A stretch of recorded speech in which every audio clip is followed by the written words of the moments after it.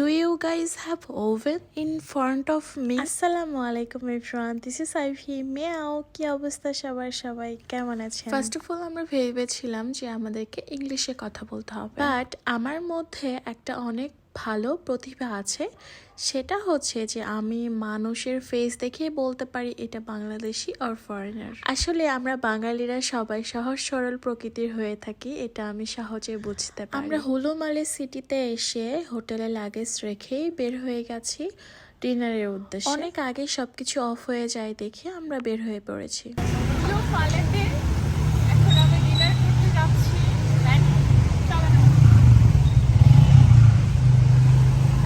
বৃষ্টি এরকম একটা ওয়েদার ভালো লাগতেছে। আর সবচেয়ে মজার বিষয় হচ্ছে এখানে সব রেস্টুরেন্টে সব জায়গায় বাংলাদেশি আছে। আমাদের দেখে বাঙালিরা দেখে আমাদেরকে মানে কি যে আপ্যায়ন করতেছে, ওদের মনে খুব ভালো লাগতেছে বাংলাদেশি আসছে। তো সার্ভিসই আলাদা, কি বলবো।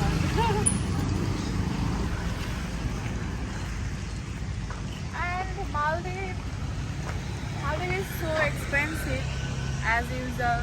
আমি শুনে আসছি, তো বুঝতাম না, এখানে এসে বুঝতেছি যে পানির দামও 400 টাকা। ইটস ভেরি এক্সপেন্সিভ বিকজ ওরা সব কিছু ইম্পোর্ট করে।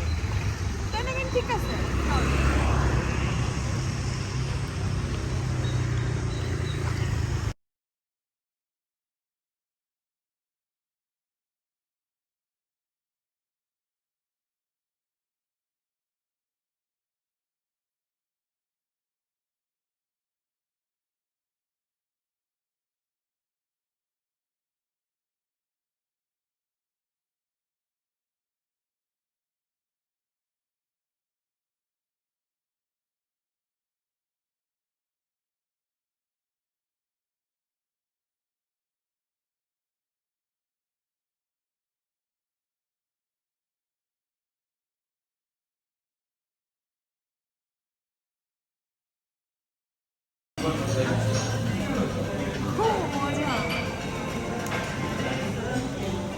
চলে এসেছি আমরা ম্যানহাটন। এখানে ম্যাক্সিমাম স্টাফরা হচ্ছে শ্রীলঙ্কান অ্যান্ড ইন্ডিয়ান। এটা আমি বিডিতেও ট্রাই করেছি, তবে দেখি বাইরের দেশে এটা কেমন খেতে। I am very much tired, মনে হচ্ছে বেডে চলে গেলে আমি ঘুমায় পড়বো। লবস্টার গুলো স্টিম করা ছিল, কিছু টপিং অ্যাড করেছে, দেন চিজ দিয়ে বার্ন করছে। এই ডিশটার নাম আমার মনে পড়ছে না, আপনারা যদি কেউ জেনে থাকেন অবশ্যই কমেন্ট করবেন। এর সাথে আমরা আরো একটি ডিশ নিয়েছি, সেটা হচ্ছে ফিশ অ্যান্ড চিপস। এটা আমার অনেক ফেভারিট। ফার্স্টে যেই আমরা ডিশটা নিয়েছি, এই ডিশটা ট্রাই করে আম ডান, আর খেতে পারছি না।